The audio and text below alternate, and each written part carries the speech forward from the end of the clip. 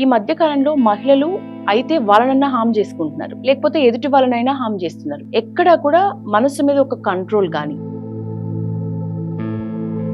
పురుషులతో కంపేర్ చేస్తే స్త్రీలలో సైకియాట్రిక్ ఇల్నెస్ ఒక 4 స్టేజెస్ ఉంటాయి.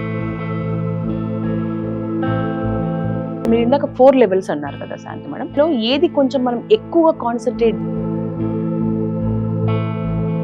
కానీ మరీ మీరు ఏది ఇంపార్టెంట్ అంటే main youth, social media plus gaming, అసలు ఎట్లా గుర్తించాలి? పిల్లలు క్రాస్ అయిపోతున్నారు, కొంత దారి తప్పుతున్నారు. సోషల్ మీడియా అన్నది ఏంటి అంటే అదొక డబుల్ ఎడ్జ్ స్వార్డ్. స్కిజోఫ్రేనియా అసలు ఈ వ్యాధి వస్తే నయం కాదు, దీనికి పర్మనెంట్. ఒక వ్యక్తికి ఏమనిపిస్తుంది అంటే ఒక రకమైన సూసైడ్ చేసుకోవాలి అనుకునే థాట్స్ వచ్చిన వ్యక్తిని మనం ఎట్లా గుర్తించాలి? మన నేషనల్ క్రైమ్ రికార్డ్స్ బ్యూరోలో 2024 రిపోర్ట్లో డిప్రెషన్, ఆందోళన, స్ట్రెస్. చెప్తాను. సో నా ప్రకారం ఏంటి అంటే డిప్రెషన్ అంటే ఒక మెడికల్.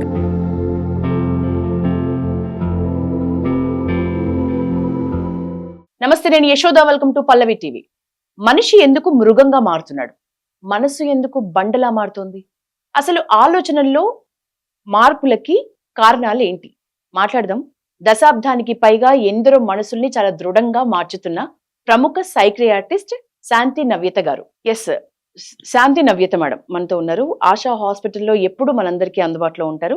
అక్కడ ప్రముఖ సైక్రియాటిస్ట్ లో ఒకరైన మేడంతో మాట్లాడదాం. మేడం నమస్తే. బాగున్నారా?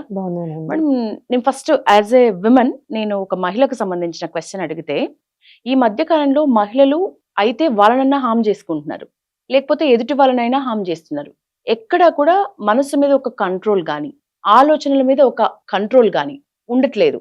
ఈ మధ్య కాలంలోనే ఎక్కువ అవుతున్నాయి. ఒకప్పుడు మనం విన్నాం ఎక్కువగా ఇది పురుషుల్లో. ఇప్పుడు అసలు డిబేట్ పెడితే ఈక్వల్ అయినా ఉంటున్నారు, ఒక ఇంత ఎక్కువే ఉంటున్నారు. ఒక మహిళగా నేను అడుగుతున్న క్వశ్చన్, ఎందుకని ఇంత చేంజ్? మహిళల్లో ఈ మధ్య రిపోర్టింగ్ ఎక్కువైందండి. బట్ ఇన్ జనరల్ మనం మేల్స్ తో కంపేర్ చేస్తే, పురుషులతో కంపేర్ చేస్తే స్త్రీలలో సైకియాట్రిక్ ఇల్నెస్ ఒక 5% ఎక్కువే ఉంటుంది. ఎందుకు అంటే మనకి న్యాచురల్ గా కూడా హార్మోన్ ఇంబ్యాలెన్స్ ఉంటుంది. సో మనకి 4 స్టేజెస్ ఉంటాయి స్త్రీలలో. ఒకటి ఫస్ట్ పుష్పవతి అయినప్పుడు, అంటే మెనార్కి అటైన్ అయినప్పుడు, అండ్ తర్వాత ప్రెగ్నెన్సీ అప్పుడు, తర్వాత ప్రెగ్నెన్సీ డెలివరీ అయిన first 6 months, and then menopausal stage అంటే ఒక 40-50 years ఏజ్ అప్పుడు. ఈ ప్రతి స్టేజ్లో there is a hormone imbalance. So ఎవరైతే బాగా సెన్సిటివ్ ఉంటారో ఆర్ జెనెటిక్ అంటే జన్యుపరంగా కొంచెం ఫ్యామిలీ హిస్టరీ ఉన్నా వీళ్ళల్లో ఆ శాతం ఎక్కువగా ఉంటుంది. అండ్ ఇప్పుడున్న లైఫ్ స్టైల్కి కూడా స్ట్రెస్ ఎక్కువైపోయి స్త్రీలలో మనకి ఎక్కువగా సైకాట్రిక్ ఇల్నెస్ కనపడుతున్నాయి. ఆడపిల్లల్లో మనకి ఎక్కువగా ఈ సైబర్ బులియింగ్ అనేసి, లేకపోతే ఆ ప్రెగ్నెన్సీలో అయితే మనకి హార్మోన్స్ చాలా ర్యాపిడ్గా చేంజ్ అవుతాయండి. బికాస్ వాళ్ళు ఒక బేబీని, వాళ్ళు ఒక హ్యూమన్ లైఫ్ని వాళ్ళు కన్సీవ్ చేసి దాన్ని క్రియేట్ చేస్తారు కాబట్టి they have to give lot of, మనకి ప్రొజెస్ట్రాన్, ఈస్ట్రోజన్ లెవెల్స్ హెవీ అవుతాయి. అండ్ ఒకేసారి డెలివరీ అయిపోయాక నెక్స్ట్ 48 hours ఈ హార్మోన్స్ ఒకేసారి క్రాష్ అయిపోతాయి. సో అందుకనే first 3 to 4 weeks postpartum blues అని ఉంటాయి.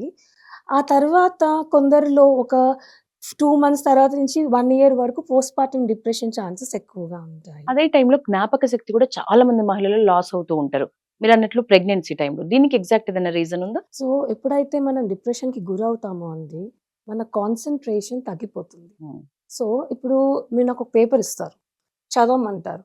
నాకు కాన్సంట్రేషన్ ఉంటేనే కదా అందులో ఒక 1, 2, 3, 10 lines నేను చదవగలను. మళ్ళీ మీరు అడిగారనుకోండి నేను చెప్పగలను. కానీ కాన్సంట్రేషన్ లేనప్పుడు నేను ఎలా చెప్తాను? చెప్పలేను. సో ఇదంతా కూడా lack of concentration. Most probably ఇది డిప్రెషన్ ఎఫెక్ట్ వలన మనకి ఎక్కువ కనిపిస్తూ ఉంటుంది. ఓకే, డిప్రెషన్ టాపిక్ కూడా వద్దాం. అయితే మీరు ఇందాక 4 లెవెల్స్ అన్నారు కదా శాంతి మేడం. 4 stages of life. ఈ స్టేజెస్ లో ఏది కొంచెం మనం ఎక్కువగా కాన్సన్ట్రేట్ చేసి ఎక్కువగా కేర్ ఉండాల్సిన స్టేజ్ అంటే ఏది? ఆల్ 4 అన్ని 4 కూడా ఇంపార్టెంటే. కానీ మరీ మీరు ఏది ఇంపార్టెంట్ అంటే mostly pregnancy period okay. And post partum period. Okay. ఎందుకంటే ప్రెగ్నెన్సీ పీరియడ్ లో అందరూ కూడా అమ్మో గర్భవతి జాగ్రత్తగా కొంత ఉండాలి care. అనేసి ఒక కేర్ ఉంటుంది. ఇమీడియట్లీ డెలివరీ చేశాక వాళ్ళ కాన్సన్ట్రేషన్ అటెన్షన్ అంతా ఎటు వెళ్ళిపోతుంది, బేబీ మీదకి బేబీ మీదకి వెళ్ళిపోతుంది. వెళ్ళిపోతుంది. నో వన్ ఈస్ ఎవరు కూడా అరే ఈ అమ్మాయి ఎలా ఉంది, ఎలా చేస్తుంది, తిందా పడుకుందా. అందులో ఒక న్యూ మదర్ అంటే ఒక తల్లి కింద మనకి చాలా డౌట్స్ వచ్చేస్తాయి. పాలు సరిపోతున్నాయా, బాబు ఎందుకు ఏడుస్తున్నాడు, ఆ అడ్జస్ట్మెంట్స్ కూడా చాలా కష్టంగా ఉంటుందండి. ఇండైరెక్ట్ గా అంటే అసలు డైరెక్ట్ గానే So మన the కోసం కంటే postpartum ఎక్కువగా baby గురించి బేబీ worry, గురించి వరీ అవుతాం. జనరల్ వరీ ఉంటుంది. ఉమ్. అండ్ చాలా మంది అనుకుంటారు, మన మూవీస్ లో చూస్తాం దట్ ఎమోషనల్ బాండింగ్ ఉంటుంది అని. టు ద రియాలిటీ ఫస్ట్ ఒక 2 weeks 3 weeks వరకు నమ్నెస్ ఉంటుందండి.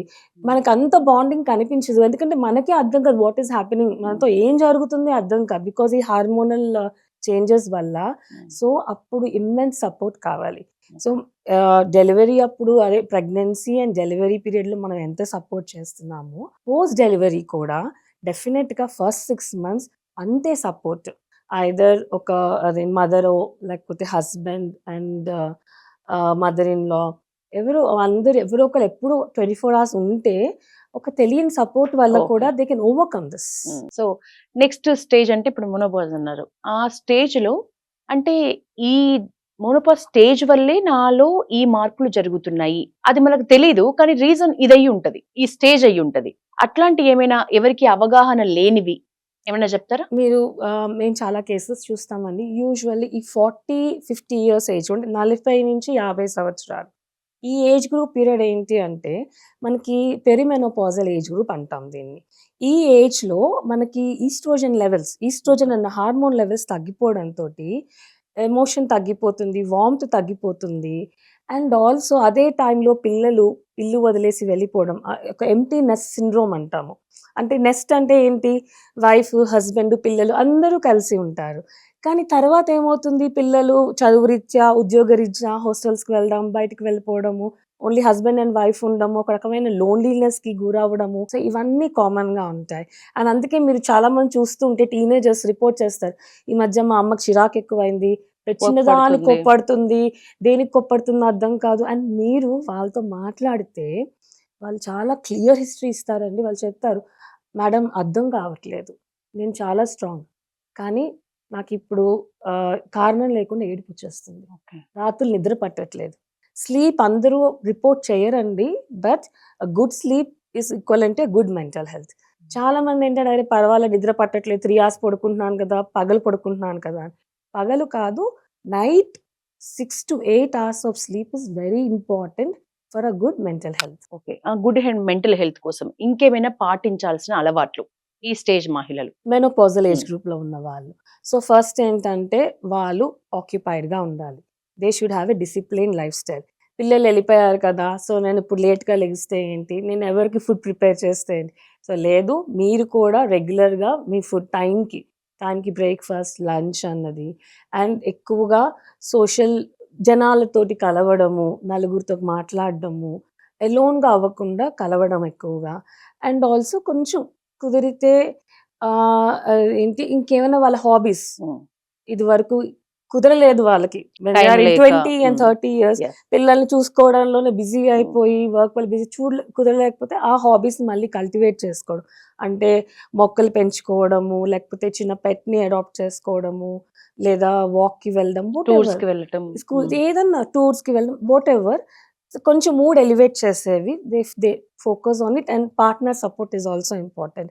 పార్ట్నర్ కూడా అరే ఇది వరకు కామ్గా ఉంది కదా, ఇప్పుడేంటి అమ్మవారిలా తయారైంది అనుకోకుండా they should also support, they should also understand అరే ఏజ్తో పాటు తనకి చేంజెస్ వస్తాయి. So I should love my wife the same way I love her in the, నేను నా భార్యను అంతే ప్రేమించాలి. తన చేంజెస్ని అర్థం చేసుకుని తనకి సపోర్ట్గా నిలబడితే they can overcome this. But it is very severe అయితే మాత్రం దెన్ యూ హ్యావ్ టు, అప్పుడు మాత్రం మనం సైకియాట్రిస్ట్ని కలవాల్సి వస్తుంది. శాంతి గారు, ఇప్పుడు ఇదే ప్రాబ్లం అంటే ఏదైతే మెమరీ లాస్ తో, ఒంటరితనం అనే ఫీలింగ్ తో ఎక్కువ బాధపడే వాళ్ళంటే ఫస్ట్ పిక్ చేయాల్సింది వృద్ధులు. సో వీళ్ళు ఒక మైండ్ సెట్ స్ట్రాంగ్ గా ఉండాలి వాళ్ళకి. కొన్ని మనం తప్పించలేము. మీరు ఇందాక అన్నట్లు పిల్లలు ఎక్కడ వాళ్ళు అక్కడ సెటిల్మెంట్ వాళ్ళు చూసుకోవాల్సిందే. ప్లస్ కొంత ఒంటరితనం ఖచ్చితంగా ఎన్నడూ లేని ఒంటరితనం ఒకటి ఫేస్ చేస్తూ ఉంటారు. ఈ వృద్ధులకి ఏమన్నా పాటించాల్సిన అలవాట్లో లేకపోతే వాళ్ళ మైండ్ స్ట్రాంగ్‌గా ఉంచుకోవటానికి ఏమైనా టిప్స్ కానీ చెప్పమంటే ఏం చెప్తారు? యూజువల్‌గా అండి వృద్ధులంగా మనం అబోవ్ 60 ఇయర్స్ వచ్చేసరికి మీరన్నట్టు మెమరీ డిస్టర్బెన్సెస్ అవును. కొంచెం అంతా కనబడుతూ ఉంటాయి. ఎందుకంటే చాలామంది వరకు ఎక్కువ ఈ బీపీలు, షుగర్‌లు ఉంటాయి. వాటిని అవేంటంటే లైఫ్ స్టైల్ డిసీజెస్ అంటాము. వాటి వల్ల కూడా మన బ్రెయిన్‌లో కొన్ని చేంజెస్ అవుతాయి. అండ్ ఆల్సో వయసు పైబడే కొద్దీ కూడా బ్రెయిన్‌లో స్ట్రక్చరల్ చేంజెస్ అవుతాయి. ఓకే. అంటే బ్రెయిన్ కొంచెం చిన్నదవ్వడం, సైజ్ తగ్గడం ఇవన్నీ అవుతూ ఉంటాయి. కాబట్టి వాళ్ళెప్పుడు యాక్టివ్‌గా ఉండాలి. పజిల్స్ సాల్వ్ చేస్తూ ఉండాలి. బుక్స్ చదవాలి. కాన్వర్జేషన్స్‌లో ఎంగేజ్ అవ్వాలి. ఆక్యుపై చేసుకోవాలి వాళ్ళ లైఫ్‌ని. వాళ్ళు అలాగా అంటే ఇప్పుడు మనం కమ్యూనిటీస్‌లో చూస్తూ ఉంటే వాళ్ళు దే అవును. Are in a very good position. అవును. ఇప్పుడు ఫర్ ఎగ్జాంపుల్ అందరూ అంటూ ఉంటారు. అరే 50 మా అమ్మ అంటది. నాకు 60 సంవత్సరాలు వచ్చేసింది. నేను ముసలి నో అది మన మైండ్‌లో ఉంది. ఇప్పుడు మన వరల్డ్ లీడర్స్ ఉన్నారు చూడండి. మోడీ గారు ఎంత? He is above 75 plus. అవును. ట్రంప్ సో వీళ్ళందరూ కూడా ఏంటి they have a very healthy life style ఉంది. పొద్దున్నే లెగుస్తారు, ఏదో ఒక పని చేస్తూ ఉంటారు, యోగా చేస్తారు, మెడిటేషన్ చేస్తారు. సో ఆల్ దిస్ ఇవన్నీ చేస్తూ ఉంటే మనం కూడా అంతే యాక్టివ్‌గా ఉండొచ్చు. ఇప్పుడు మా ఆశాలో వి హావ్ సీనియర్ డాక్టర్స్ అండి మాకన్నా. వాళ్ళందరూ 40+ ఇయర్స్ ఎక్స్‌పీరియన్స్ ఉన్నవాళ్ళు. వాళ్ళు ఒక్కొక్కళ్ళు ఎంత చలాకీగా ఉంటారండి. ఇంకా మేము ఒక్కొక్కసారి నీరస పడిపోతున్నామా అనిపిస్తది. హ్మ్. వాళ్ళు అలాగే 4 ఫ్లోర్ స్టెప్స్ ఎక్కేస్తూ ఉంటారు. వాళ్ళని చూసి we get really motivated. So it is age and number అన్నది జస్ట్ మన మైండ్‌లో ఉన్నది. మనం ఎప్పుడూ కూడా యాక్టివ్‌గా ఉండి హెల్తీ లైఫ్ స్టైల్ మెయింటైన్ చేస్తే it is just a number అండి. యెస్. మహిళలు అండ్ వృద్ధులు కవర్ చేసాం. నెక్స్ట్ యూత్‌ని కవర్ చేద్దాం madam. Main youth social media plus gaming, online gaming వీటి వల్ల చాలా ఎఫెక్ట్ అవుతున్నారు. చాలా ఈజీగా ఎఫెక్ట్ అంటే డైరెక్ట్ బానిసలైపోతున్నారు. ఒక స్టేజెస్ అంటూ లేవు. ఒక నెల పాటు ఆడితే వాడు బానిసైపోతున్నాడు. నెల పాటు మందు తాగిన వాడు నెక్స్ట్ కిక్ రాక గాంజా వెళ్ళిపోతున్నాడు. ఇవన్నీ మనం కంట్రోల్ చేసే దాంట్లో అసలు ఉండట్లేదు. అసలు ఎట్లా గుర్తించాలి? పిల్లలు క్రాస్ అయిపోతున్నారు. కొంత దారి తప్పుతున్నారు అనేది గుర్తించాలంటే పేరెంట్స్‌కి టిప్స్ చెప్పండి. అట్ ది సేమ్ టైమ్ వాళ్ళని ఎట్లా కాపాడుకోవాలి కూడా చెప్పండి. సో, ఇక్కడ మీరు మల్టిపుల్ టాపిక్స్ ఒకసారే. ఫస్ట్ మనం సోషల్ మీడియా గురించి మాట్లాడుకుందాం. సోషల్ మీడియా అన్నదేంటి అంటే అదొక డబుల్ ఎడ్జ్ స్వార్డ్. అంటే ఓకే. ఒక కత్తికి 2 వైపులా పదునున్నది. దానికి పాజిటివ్ సైడ్ ఉంటుంది. నెగెటివ్ సైడ్ ఉంటుంది. పాజిటివ్ సైడ్ ఏంటి అంటే మనము ఒక మనం కనెక్టెడ్‌గా ఉంటాం. నలుగురితో కలుస్తాము. జనాలు తెలుస్తారు. అండ్ ఆల్సో మనం ఇప్పుడు ఈ మధ్య కాలంలో డాక్టర్స్ కొందరు వీడియోస్ చేస్తున్నారు. అవును. మెడికల్ అవేర్‌నెస్ పెరుగుతుంది. సైకో ఎడ్యుకేషన్ పెరుగుతుంది. అండ్ ఆల్సో మోటివేషనల్ వీడియోస్ ఉంటున్నాయి. ఫిట్‌నెస్ వీడియోస్ ఉన్నాయి. సో, అది ఒక వైపు. హ్మ్. సో, పేరెంట్స్ ఏం చేయాలి అంటే మన పిల్లలు ఏ ఏ సైట్స్‌కి యాక్సెస్ అవుతున్నారు. వాళ్ళకి ఆ అవేర్‌నెస్ ఉండాలి. అండ్ ఫస్ట్ మీరు మీ పిల్లలకి మీరు సోషల్ మీడియా వాడొద్దు అని చెప్పే ముందు ఎంత వాడుతున్నారు? సో, మీరు ఒక ఎగ్జాంపుల్ సెట్ చేయాలి. మీరు వాడొద్దు అని మీరు ఫోను చేస్తూ ఉంటే వాళ్ళెందుకు మానేస్తారు? సో, పేరెంట్స్ అప్పుడు కూడా ఫస్ట్ వాళ్ళు ఒక ఉదాహరణగా ఉంటేనే పిల్లలు కూడా మారుతారు. అండ్ నెక్స్ట్ మీరు మాట్లాడింది ఆల్కహాల్ అన్నా, లేకపోతే గాంజా అన్నా ఇవన్నీ అడిక్షన్ అండి. మనకి బ్రెయిన్‌లో ఒక న్యూరల్ పాత్వే ఉంటుంది. అడిక్షన్ పాత్వే అని. ఇది ఎప్పుడైతే డిఫార్మ్ అవుతుందో అప్పుడు అది ఒక జబ్బు. సో, ఫస్ట్ వాడు ఒక 30 ఎంఎల్ తాగుతాడు. ఒక హ్మ్. పెగ్ తాగుతాడు. బావుంటుంది. ఒక హై ఒస్తుంది. అలా ఒక వారం రోజులు, 10 రోజులు తాగుతారు. బట్ వాళ్ళకి ఇనీషియల్ ఫస్టొచ్చిన కిక్ అన్నది మళ్ళీ 30 ఎంఎల్ ఒక నెల రోజుల తర్వాత తాగితే రాదు. రాదు. సో, దెన్ వాళ్ళేం చేస్తారు? ఇంకా పెంచుతారు. 60 అంటారు. తర్వాత క్వార్టర్ అవుతుంది. ఆ తర్వాత ఫుల్ అవుతుంది. సో, ఇదంతా కూడా ఒక అడిక్షన్ పాత్వే అంటామనమాట. దీన్ని మన బ్రెయిన్‌లో ఒక పాత్వే ఉంటుంది. ఈ పాత్వే ఇదవ్వడం వల్ల ఎందుకంటే ఆ పాత్వే తోటి డోపమైన్ లెవెల్స్ పెరుగుతాయి. ఓకే. సో, ఈ పాత్వే ఎక్కడన్నా డిఫాల్ట్ ఉంటే, డిస్‌రెగ్యులేట్ అయితే గాంజాకి కానీ ఆర్ గ్యాంబ్లింగ్ మీరు చెప్పిన ఆన్‌లైన్ గ్యాంబ్లింగ్‌కి ఆర్ ఆల్కహాల్‌కి అడిక్ట్ అవుతారు. సో, మనము ఫస్ట్ గమనించాలి. ఏంటి? ఇప్పుడు గ్యాంబ్లింగ్ అన్నా కూడా మీరు ఎంతసేపు ఆడుతున్నారు? వర్క్ మానేసి మరి అందులోనే ఆడుతున్నారా? ఎంత ఖర్చు పెడుతున్నారు? మనకంటే కాన్సిక్వెన్స్ అర్థం కావు. వాడికి ఫస్ట్‌లో ఒక 10,000 రూపీస్ ఒస్తాయి. 20,000 రూపీస్ ఒస్తాయి. మేము ఆల్‌మోస్ట్ కొన్ని కేసెస్ ఆన్‌లైన్ గ్యాంబ్లింగ్‌లో 5,00,00,000, హ్మ్. 10,00,00,000 పోయి సూసైడల్ ఎక్స్టెంట్ దాకా వెళ్ళి అడ్మిట్ అయిన వాళ్ళని మేము చూసాము. సో అది ఒక సైకిల్, ఒక లూప్ అండి. సో దీనికి ఫస్టే పేరెంట్స్ అయినా కూడా ఆర్ వాళ్ళ లైఫ్ పార్ట్నర్స్ అన్నా ఒక చెక్ పెట్టుకోవాలి. వాళ్ళకి అది ఎప్పుడైతే మనీ పోతున్నాయని అర్థమైతే వాళ్ళకి ఫైనాన్షియల్ థింగ్స్ యాక్సెసిబుల్‌గా ఇవ్వకూడదు. క్రెడిట్ కార్డ్స్ కానీ ఏదన్నా కూడా వీళ్ళ కంట్రోల్‌లో పెట్టుకొని జాగ్రత్తగా మానిటర్ చేసుకుంటూ ఉండాలి. అండ్ హెల్ప్ కావాల్సినప్పుడు ఇమ్మీడియేట్‌గా మీరు మీ సైకియాట్రిస్ట్‌నో నియర్ బై సైకియాట్రిక్ కేర్‌నో కన్సల్ట్ అవ్వాలి. ఓకే. సైకియాట్రిస్ట్ కలవాలి అని అంటున్నారు. సైకాలజిస్ట్ అయినా, సైకియాట్రిస్ట్ అయినా కలుస్తున్నామంటేనే ఇప్పుడు సమాజంలో పిచ్చి వీళ్ళకు అనేది ఒక ముద్ర పడిపోతుంది. నిజానికి మీరు చూస్తున్నారు గదా! కొంతకాలంగా. ఆ మార్పేమైనా వచ్చిందా చూసే విధానంలో? డెఫినెట్‌గా చాలా మార్పొచ్చిందండి. నేను పీజీ చేసే టైంకి ఇప్పటికి 12 సంవత్సరాలలో ఆ స్టిగ్మా చాలా వరకు ఓకే. తొలగింది. ఓకే. పీపుల్ ఇప్పుడు జెన్‌జీ జెన్‌జీ ఉన్నారు కదా! They are open. వాళ్ళు ఓపెన్‌గా మాట్లాడుతున్నారు. వాళ్ళే వస్తున్నారు. Students okay. వస్తున్నారు. మేడం నాకు యాంగ్జైటీగా ఉంది. మేడం నాకు డిప్రెషన్‌లా అనిపిస్తుంది. సో నేనేం చేయాలి?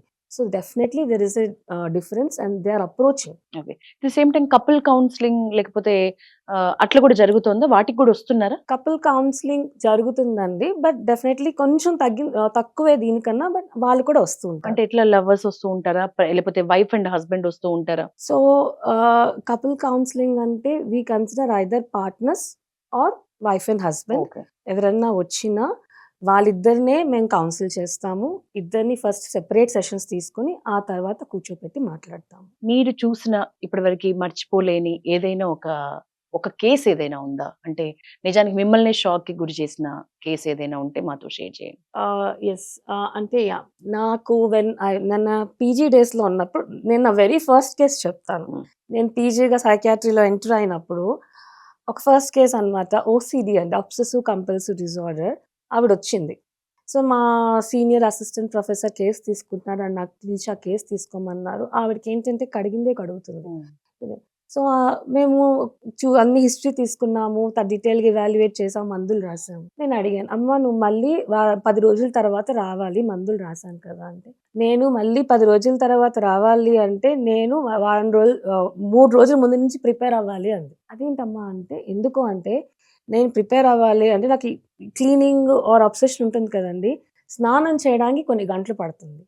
కడిగిందే కడుగుతాను. మళ్ళీ రెడీ అవ్వడానికి కొన్ని గంటలు పడుతుంది. సో, ఆవిడ టోటల్ లైఫ్ డిస్‌ఫంక్షనల్ అయిపోయింది. అంత severe OCD. So, that was the very first case అండి. సో, తర్వాత మేము ఆవిడకి ఈసీటీ అని మోడిఫైడ్ ఎలక్ట్రోకన్వల్సివ్ థెరపీ ఇచ్చి, సో, బెటర్ అయింది. ఫ్యామిలీని కూడా ఎడ్యుకేట్ చేసాము. సో, ఒక 2 మంత్స్ తర్వాత కొంచెం సెటిల్ అయ్యి ఆవిడ మెడిసిన్స్ వాడి బెటర్‌గా ఉన్నారు. స్కిజోఫ్రేనియా. అసలు ఈ వ్యాధి వస్తే నయం కాదు. దీనికి పర్మనెంట్ సొల్యూషన్ లేదు అని ఒక రూమర్ విన్నా. అసలు దాని గూర్చి ఆ వ్యాధి గురించి చెప్పండి దశల వారీగా. స్కిజోఫ్రీనియా అంటే ఒక వ్యక్తికి ఏమనిపిస్తుంది అంటే ఒక రకమైన అనుమానాలు మొదలవుతాయి. ఓకే. అందరూ నా గురించే మాట్లాడుకుంటున్నారు. వాళ్ళు ఇప్పుడు ఈ రూమ్‌లో వాళ్ళొక్కళ్ళే ఉన్నారనుకోండి. హ్మ్. వాళ్ళకి చెవుల్లో మాటలు వినిపిస్తూ ఉంటాయి. హ్మ్. వాటిని హాలుసినేషన్స్ అంటాము. ఎవరో మాట్లాడుతున్నట్టు, ఎవరో వాళ్ళని కంట్రోల్ చేస్తున్నట్టు వాటిని ఆడిటరీ హాలుసినేషన్స్ అంటాము. తర్వాత నైట్ నిద్ర పట్టదు. అండ్ ఆ అనుమానాలు ఎంత స్టేజ్‌కెళ్తాయంటే అందరూ నా వెనక ఏదో కన్‌స్పైరింగ్ స్టోరీ నడుస్తుంది. అండ్ వాళ్ళు రోడ్డు మీద వెళ్తున్నా కూడా వాళ్ళకెవరో సంబంధం లేదు. వాళ్ళు నా గురించే మాట్లాడుతున్నారు. సో, ఇవన్నీ వాటిని ఏమంటారంటే పారనాయిడ్ డెల్యూషన్స్ అన్నమాట. Delusions of paranoid delusions, hallucinations ఇవన్నీ ఒక్కొక్కసారి భర్త మీద కూడా అనుమానాలొస్తాయి. వాళ్ళకి ఇంట్లో ఉన్న వాళ్ళెవరి మీదన్నా అనుమానాలు రావడం. ఇంట్లో పనిచేసే పనమ్మాయి మీద అనుమానం రావడం. ఫుడ్‌లో ఏదో కలిపారనడం, విషం ఓకే. కలిపారనడం. సో, ఎక్స్‌ట్రీమ్‌కి వెళ్ళిపోతారు. ఇంకెన్ ఇంక సివియర్ స్టేజెస్‌లో ఎలా అయిపోతారు అంటే, వాళ్ళు ఒక రూమ్‌లో వాళ్ళు లాక్ చేసేసుకుంటారు. వాళ్ళు ఇంకా ఇంట్లో వాళ్ళెవరిని నమ్మరు. వాళ్ళ ఫుడ్ వాళ్ళే వండుకుంటారో, ఏం చేస్తారో తెలీదు. వాళ్ళు హైజీన్ కూడా మెయింటైన్ చేయరు. రెగ్యులర్‌గా ఓకే. స్నానం చేయరు. So, okay. మీరు ఒక రూమ్ క్లీన్ చేయడానికి ఓపెన్ చేస్తే ఒక రకమైన వాసన. ఎందుకంటే వాళ్ళు స్నానం చేయరు, ఏం చేయరు. కంటిన్యూయస్‌గా వాళ్ళు మాట్లాడుకుంటూ ఇలాగేదో ఎవరికో రెస్పాన్సెస్, గెస్చర్స్ చేస్తూ ఉంటారు. హ్మ్. సో, ఈ స్కిజోఫ్రీనియా అన్న దీనికి ట్రీట్మెంట్ ఉంది. వాళ్ళ లైఫ్ లాంగ్ అలా సఫర్ అవ్వక్కర్లేదు. నేను లాస్ట్ 1 ఇయర్‌లో నేను ఇద్దరు పేషెంట్స్‌ని ట్రీట్ చేశాను. అంటే చాలా మందిని చేశాను. ఇద్దరిని స్పెసిఫిక్‌గా ఎందుకు చెప్తున్నాను అంటే, ట్రీట్ అయ్యి వాళ్ళని మెడికేషన్ స్టార్ట్ చేసి, అడ్మిట్ చేసి మనకి బ్రెయిన్ స్టిమ్యులేషన్ టెక్నిక్స్ అంట, మోడిఫైడ్ ఎలక్ట్రోకన్వల్సివ్ థెరపీ కొన్ని సెషన్స్ ఒక 4 to 6 సెషన్స్ ఇచ్చి, తర్వాత మాకు ఆశా రీహాబిలిటేషన్ సర్వీసెస్ ఉన్నాయి. రీహాబిలిటేషన్ సెంటర్‌లో ఒక 2 months పెట్టి, వాళ్ళకి మెడికేషన్ ఇంపార్టెన్స్ ఎక్స్‌ప్లెయిన్ చేసి ఉంచిన తర్వాత, అందులో ఒకళ్ళు they are running their own bakery. Okay. మీరేదైతే అసలు ఇది ట్రీట్ నయం చేయలేని కాదు. జబ్బు అంటున్నారు కదా! ఒకళ్ళైతే ఒక ఓన్ బేకరీ రన్ చేసుకుంటున్నారు ఫ్యామిలీ సపోర్ట్ తోటి. ఇంకొకళ్ళు ఒక స్కూల్‌లో ఒక అదేంటి గేమ్స్ టీచర్ కింద, ఫిజికల్ ట్రైనింగ్ టీచర్ కింద జాయిన్ అయ్యారు. So, they keep on messaging me madam ఇలా ఉన్నాం, అలా ఉన్నాం. That gives us immense satisfaction అండి. ఎందుకంటే సైకియాట్రీలో మేము ఓన్లీ జబ్బు ఒకటే కాదు.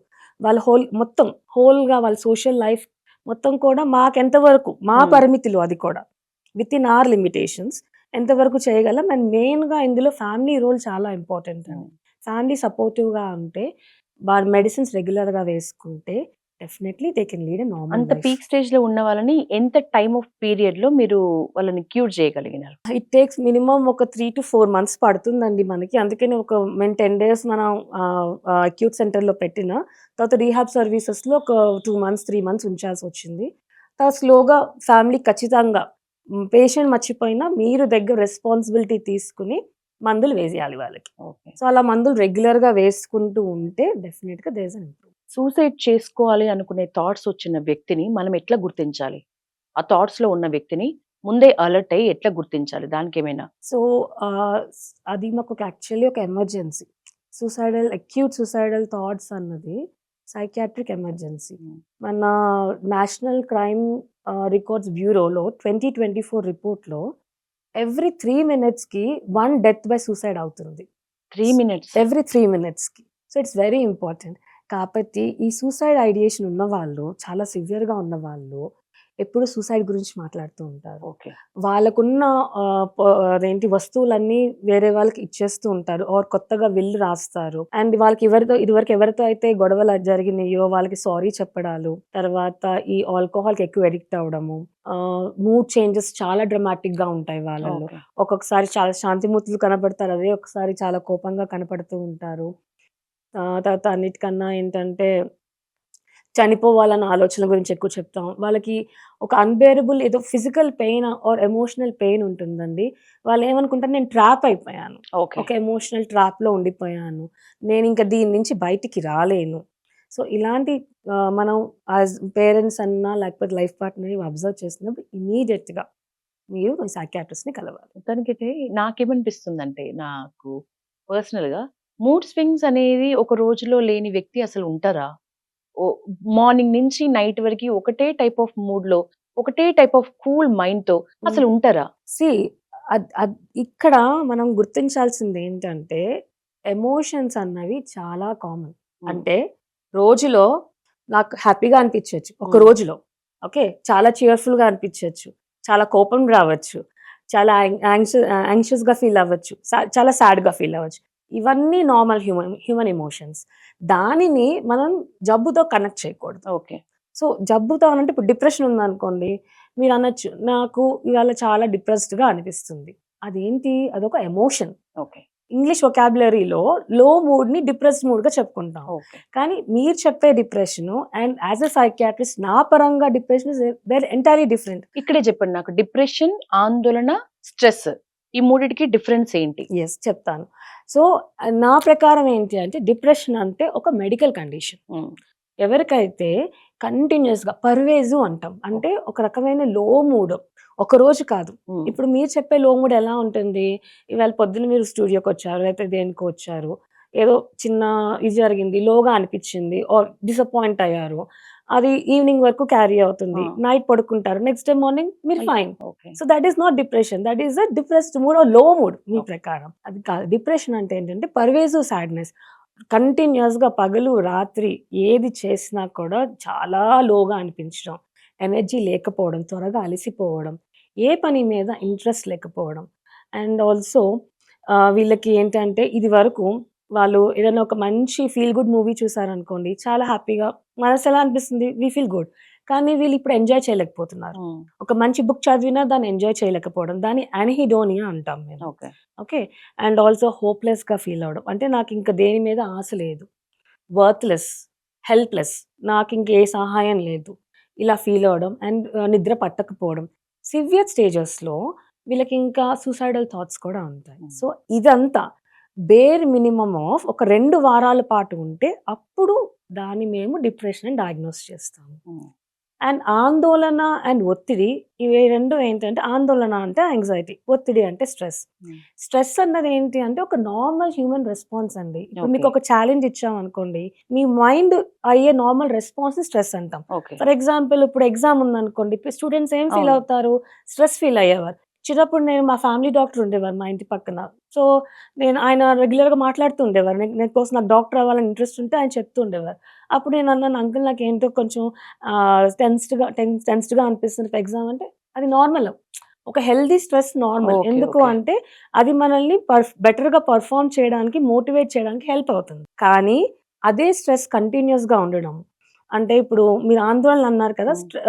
ఈ స్ట్రెస్ ఏమవుతుందంటే మనం ఎగ్జామ్ అయిపోయిందనుకోండి నార్మల్. నాకొక ప్రాజెక్ట్ ఇచ్చారు. ఈవినింగ్ కల్లా ప్రాజెక్ట్ అయిపోతుంది. నార్మల్. సో, అది స్ట్రెస్ ఈజ్ నార్మల్. ఒక హెల్తీ స్ట్రెస్ ఆల్సో దాన్ని యూస్ట్రెస్ అంటాం. It is good. ఆందోళన అనేసరికి ఏంటంటే ఏం స్ట్రెస్సర్ ఉండదు. కారణం లేకుండా కంగారుగా, భయంగా ఉండడము, గుండె ఫాస్ట్‌గా కొట్టుకోవడము, అదేంటి బ్రెత్‌లెస్‌గా అనిపించడం అంటే ఊపిరి ఆడకపోవడము, ఈ నిమిషంలో నాకేదో అయిపోతుంది. ఈ నిమిషంలో నాకేదన్నా అయిపోతుంది. లేదా ఏంటంటే ఒక్కొక్కసారి సడెన్‌గా అర్జెంట్‌గా బాత్రూమ్‌కెళ్ళిపోవాలి. అంటే ఇప్పుడే వెళ్ళొచ్చినా డిస్కంఫర్ట్ ఉంటుందనమాట. ఇవన్నీ కంటిన్యూయస్‌గా ఉండి కొన్ని వారాల నుంచి కొన్ని నెలల వరకు ఉంటే దాన్ని యాంగ్జైటీ డిజార్డర్ అంటాము. సో, వీటిని మీరు సైకియాట్రిస్ట్‌ని అప్రోచ్ అయితే వాళ్ళు మీ కండిషన్‌ని అసెస్ చేసి డీటెయిల్డ్‌గా సిట్యుయేషన్ బట్టి ఒక మైల్డ్ కండిషన్ అనుకోండి, మేము బ్రీతింగ్ టెక్నిక్స్ ఉంటాయి, రిలాక్సేషన్ టెక్నిక్స్ ఉంటాయి చెప్తాము. అదే మోడరేట్ టు సివియర్ అయితే పేషెంట్ బట్టి మారుతుంది. వాళ్ళకి రిక్వైర్డ్ మెడికేషన్ రిక్వైర్డ్ డోస్‌లో ఇచ్చి ట్రీట్మెంట్ చేస్తాము. సో, ఆల్వేస్ మీరు గుర్తుంచుకోవాల్సింది ఏంటంటే మనకి దేని వల్లన్నా మనకి ఫంక్షనల్ ఇంపైర్‌మెంట్. మనం రోజువారీ చేసే పనులలో ఇంపైర్‌మెంట్ అంటే ఇప్పుడు నేను ఒక పని పూర్తిగా సరిగ్గా చేయలేకపోతున్నాను. నా వర్క్ సరిగ్గా చేయలేకపోతున్నాను. కాన్సంట్రేట్ చేయలేకపోతున్నాను. ఆర్ చిరాకు పడిపోతున్నాను. ఏమన్నా గమనించినా ఒక 2 వారాల పాటు ఏదన్నా కూడా అది మీరు డయాగ్నోస్ చేసుకోవద్దు. వాళ్ళొచ్చి మేడం నాకు డిప్రెషన్ ఉంది అని. ప్లీజ్ మీరు అది నాకివ్వండి, అది నా పని. మీరు చెప్పాల్సింది ఏంటి అంటే మీ లక్షణాలు ఏంటి అని. అది చెప్తే దాన్ని బట్టి మేము అసెస్ చేసి మెడికేషన్ ప్రిస్క్రైబ్ చేసి థెరపీ అవసరమైతే థెరపీ కూడా ఇస్తాం. మేడం నేను ఒక చోట విన్నా డాక్టర్ మాటల్లోనే ఎవరైనా స్క్రీన్‌లో అంటే మనం ఇచ్చే టైంని బట్టి మూవీస్ కానీ ఏదైనా ఒక హాలిడే వస్తే రిలాక్సేషన్ కోసమే క్రైమ్ ఆర్ థ్రిల్లర్స్ ఎక్కువగా చూసేవాళ్ళు. ఈ మధ్య హీరోయిన్స్‌కి కూడా ఏ జానర్ ఇష్టం అనంటే క్రైమ్ ఆర్ థ్రిల్లర్స్ చెప్తున్నారు. సో, అవి రెగ్యులర్‌గా చూడడం వల్ల కూడా మన ఆలోచనలు, మన మైండ్ సెట్, మనం నడుచుకునే విధానం, మన క్యారెక్టర్‌లో కూడా మార్పులొస్తాయి అని విన్నా. నిజంగా ఉంటుందా అట్లా? నేను కూడా క్రైమ్ థ్రిల్లర్సే ఎక్కువ చూస్తా. నాకది విని చాలా ఆశ్చర్యం వేసింది. అంటే క్రైమ్ థ్రిల్లర్స్ కొంతవరకు మనల్ని ఎఫెక్ట్ చేస్తాయండి. బికాజ్ మనం హ్యూమన్ మైండ్ కదా! మనకి యాంగ్షియస్‌గా అనిపిస్తూ ఉంటుంది. ఆర్ ఏంటి అంటే అదొక లూప్ ఉంటుందనమాట. ఒక డోపమైన్ రష్ ఉంటుంది. ఏంటి నెక్స్ట్ సీన్ ఏమవుతుంది అదొక యాంటిసిపేషన్ ఉంటుంది. ఆ యాంటిసిపేషన్‌లో ఆ లూప్‌లో సో, మన హ్యూమన్ మైండ్ ఏం చేస్తుంది? దానికి అట్రాక్ట్ అయిపోతుంది. ఆ డోపమైన్ రష్‌కి. సో, అందుకే చాలామంది చూస్తూ ఉంటారు. ఎఫెక్ట్ ఉంటుందా అంటే మనం దాని మీద స్పెండ్ చేసే టైం బట్టి. ఇఫ్ యూ స్పెండింగ్ చాలా ఎక్కువ సమయం దానికి మనం కేటాయిస్తే ఖచ్చితంగా ఎఫెక్ట్ కనబడుతుంది. సో, మనం దాన్ని రెగ్యులేట్ చేసుకోవాలి. ఎలా అయితే మీరు మన సోషల్ మీడియాని లిమిట్ చేసుకోవాలో అలాగే కొన్ని ఇలాంటి హారర్ అన్నా, క్రైమ్ ఏదన్నా కూడా anything in limitation is good. Okay. Social media influencers ఉంటారు. ఓన్లీ మూవీస్ మీద అది కూడా దట్టు ఇప్పుడు నేనన్న ఆ జానర్స్ గురించే చెప్పేవాళ్ళు ఉంటారు. వాళ్ళు అన్ని సినిమాలు చూడాలి, చెప్పాలి ప్రేక్షకుల కోసం. మరి వాళ్ళకి ఎట్లాంటి అది ఉండదా? అంటే ఎఫెక్ట్ ఉండదా? యాహ్! సో, అలాంటి వాళ్ళు దే షుడ్ టేక్ మనకి కొత్తగా ఒక టర్మ్ వచ్చిందండి డిజిటల్ డీటాక్స్ అని. ఓకే. సో, వాళ్ళు కూడా ఏంటి అంటే కొంచెం ఒక టైం తీసుకొని కేటాయించుకొని వాళ్ళు దాని నుంచి కొంచెం బయటకొచ్చి ఒక బుక్ చదవడము, వాళ్ళ హాబీని బ్యాలెన్స్ చేసుకోగలగాలి. హాబీని పర్స్యూ చేసుకోవడము, లేదా ఒక నేచర్‌లో ఒక వెకేషన్ ట్రిప్ తీసుకోవడము. So, that's digital detox will help them. Okay. మీరు ఒక క్రిటికల్ పేషెంట్స్ వస్తే డీల్ చేసే విధానం ఎట్లా ఉంటుంది? సో సైకాట్రీ పరంగా క్రిటికల్ అంటేనండి, మీరు ఇందాక అడిగినట్టు అక్యూట్ సూసైడల్ థాట్స్, సివియర్గా ఇంకా చచ్చిపోవాలి అనిపించే వాళ్ళు, ఆర్ అక్యూట్ సైకోస్, చాలా అగ్రెషన్ అనమాట. అంటే తనకి హాని చేసుకోవడం లేదా పక్కన వాళ్ళకి హాని చేయడం. That is a very critical. మనం డే టు డే సినారియోలో మేము చూస్తూ ఉంటాము. సో మాకు ఆశాలో ఎమర్జెన్సీ యూనిట్ ఉంటుంది. Okay. వాళ్ళని తీసుకొచ్చిన వెంటనే మేము వాళ్ళని వర్బల్ డీఎస్కలేషన్ అంటాం. అంటే వాళ్ళతో కూర్చొని మాట్లాడతాం. మాట్లాడి స్లోగా వాళ్ళకి నిదానంగా వాళ్ళు ఫస్ట్ మనం ఏంటి, మనం మంచి లిజనర్ అయి ఉండాలి. ఓకే. మనం ఫస్టే కాదు నువ్వు అలా కాదు, నో లిజన్ టు దెమ్. వాళ్ళు ఏం చెప్తున్నారో పూర్తిగా వినాలి. విని స్లోగా మనం వాళ్ళతో మాట్లాడుకుని డీఎస్కలేట్ చేసి, ఎమర్జెన్సీ మాకు ఒక టీమ్ ఆఫ్ డాక్టర్స్ ఉంటారు. సో డీఎస్కలేట్ చేసి అవసరమైతే ఇమీడియట్గా ఒక టాబ్లెట్, కొంచెం ఒక హాఫ్ అన్ అవర్ 40 మినిట్స్ మాట్లాడాక ఒక చిన్న ఇంజెక్షన్ ఇస్తే రిలాక్స్ అయ్యాక అడ్మిట్ చేసి రిక్వైర్డ్ మెడికేషన్స్ ఉంటాయి ఇచ్చి, అండ్ సూసైడ్ అయితే మాత్రం అక్యూట్ సూసైడ్ చాలా సివియర్ థాట్స్ ఉంటే మాత్రం మోడిఫైడ్ ఎలక్ట్రోకన్వల్సివ్ థెరపీకి వెళ్తాము. లేదన్నా థెరపీస్ అండ్ ట్రీట్మెంట్, మెడికేషన్. సైకియాట్రిస్టులు అంటే ఒక టైం లిమిట్ లేకుండా వాళ్ళు చెప్పేది అంత ఓపికగా వింటారా? ఎందుకంటే ఒక టైం పెట్టుకొని ఈ టైంలోనే వాళ్ళు చెప్పేది మీకంటూ కూడా హరీబరీ ఉంటది. సో అంత దేర్ ఈజ్ ఏ రూల్ అండి. There is a rule. మనము ఒక థెరపీ తీసుకోవాలి అంటే it is a minimum of 30-40 నిమిషాల వరకే. ఎందుకంటే మాకు ఇవి ఉంటాయి, అసోసియేషన్స్ ఉంటాయి. Transference, counter transference. అంటే ట్రాన్స్ఫరెన్స్ అంటే పేషెంట్కి మన మీద అదేంటి ఏదైనా అవ్వచ్చు, హ్యాపీనెస్ అవ్వచ్చు, డిపెండెన్స్ ఫామ్ అయిపోతుంది. లేదా సైకియాట్రిస్ట్కి పేషెంట్ మీద ఫామ్. సో థెరపీ స్ట్రిక్ట్గా 40 మినిట్స్ అండి, అంతకు మించి థెరపీ చేయకూడదు. వచ్చే వాళ్ళే ఒక మానసిక రుగ్మతతోటి, ఒక బాధతోటి వస్తారు. 40 మినిట్స్ లో నువ్వు విషయం అంతా వెళ్ళగక్కాలి, ఇంకా తర్వాత వినను అన్నట్టు ఉంటే ఏం చెప్పుకోగలడు? కొంతమందికి చెప్పుకోవటంలోనే చాలా క్లారిటీ అప్పుడే వస్తుంది, క్లారిటీ ఏం చెప్పాలి అనేది. సో వినను అని కాదు, we give a break. Okay. ఓకేనండి.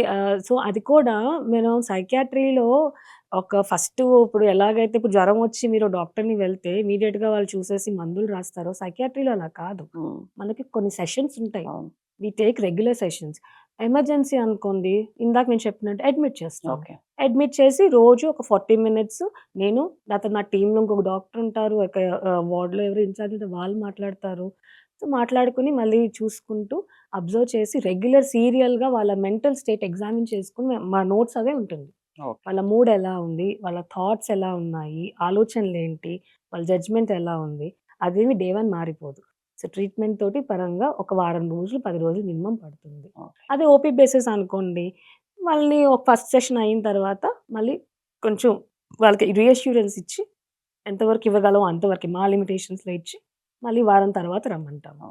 ఫైనల్ క్వశ్చన్ శాంతి మేడం, మానసికంగా హెల్దీగా ఉండటానికి ఒక 3 సూత్రాలు చెప్పమంటే ఏం చెప్తారు మీరు? సో మానసికంగా హెల్దీగా ఉండాలంటే మెంటల్ హెల్త్కి మెయిన్గా కావాల్సింది good food and good diet, good sleep అండి. సో మీరు మెయిన్గా స్లీప్ అన్నది 6 to 8 hours minimum good sleep ఉంటే ఫ్రెష్గా ఉంటారు. అండ్ ఫుడ్ కూడా హెల్దీ ఫుడ్. మీ లైఫ్ స్టైల్ని బ్యాలెన్స్డ్గా ఒక టైం ప్రకారం, ఒక టైంకి బ్రేక్ఫాస్ట్, ఒక టైంకి లంచ్, ఒక టైంకి dinner, and always involve in healthy conversations. ఒక అన్హెల్దీ కాన్వర్జేషన్ ఉన్నా ఒక ఇన్ ఏ డే ఒక అన్హెల్దీ ఉంటుంది, ఉండదు అనట్లేదు. మినిమైజ్ మన రోల్ని తగ్గించుకోవడం. ఒకవేళ అది నచ్చట్లేదు అనుకోండి, నాకు ఈ కాన్వర్జేషన్ కొంచెం నేను తర్వాత వస్తానండి, చిన్న పని ఉందని చెప్పి బయటికి రావడం. మనం ఏమైనా చిరాగ్గా కోపాలు వచ్చినాయి అనుకోండి, వెంటనే ఎక్స్ప్రెస్ చేయక్కర్లేదు, ఒక 3 seconds ఆగండి, ఒక 3 సార్లు డీప్ బ్రీతింగ్ తీసుకోండి. సో దాంతో మీ ఒక చిన్న పాజ్, కోపం వచ్చినప్పుడు ఒక 3 seconds పాజ్ చాలా డిఫరెన్స్ క్రియేట్ చేస్తుంది. సో ఇలాంటివన్నీ మెయింటైన్ చేస్తూ, and yoga and meditation, regular yoga meditation వల్ల కూడా మన mental mind or mental resilience బాగా పెరుగుతుంది. అది స్టడీస్ కూడా మనకు ప్రూవ్ అయ్యాయి. ఎందుకంటే మన బ్రెయిన్లో అమెగ్డలా అని ఒక సెంటర్ ఉంటుంది. ఆ సెంటర్ ఈ ఫియర్ వచ్చినప్పుడు యాక్టివేట్ అయిపోతూ ఉంటుంది. So regular yoga meditation practice చేసిన వాళ్ళు దాని సైజ్ తగ్గుతుంది, అండ్ దాని ప్రొడక్షన్ కూడా తగ్గుతుంది. అండ్ మెయిన్ ప్రీఫ్రాంటల్ కార్టెక్స్ అని ఇక్కడ ఒకటి ఉంటుంది అనమాట. అది ఎగ్జిక్యూటివ్ సెంటర్ మన బ్రెయిన్లో. దాని ఫంక్షనింగ్ ఇంకా ఎఫిషియెంట్గా వర్క్ అవుతుంది యోగా మెడిటేషన్. సో మైండ్ఫుల్నెస్ అంటే ఏంటంటే being in the present. And మన బ్రెత్, మనం ఎప్పుడైతే యోగా మెడిటేషన్ చేసినా బ్రీతింగ్ మీద ఫోకస్ చేయాలి. సో మీరు యోగా మ్యాట్ మీద ఉన్నప్పుడు మీరు ఓన్లీ మీ బాడీని ఒక్కటే స్ట్రెచ్ చేయట్లేదు, మీ మైండ్ని కూడా మీరు ఎక్సర్సైజ్ చేయిస్తున్నారు. అది గుర్తుంచుకుని చేసుకుంటే రెగ్యులర్ హెల్త్ ప్రాక్టీసెస్‌తో మనం మెంటల్ హెల్త్ మెయింటైన్ చేయొచ్చు. థ్యాంక్ యూ శాంతి మేడం, చాలా మంచి టిప్స్ ఇచ్చినారు. Thank you for your valuable time. Thank you అండి.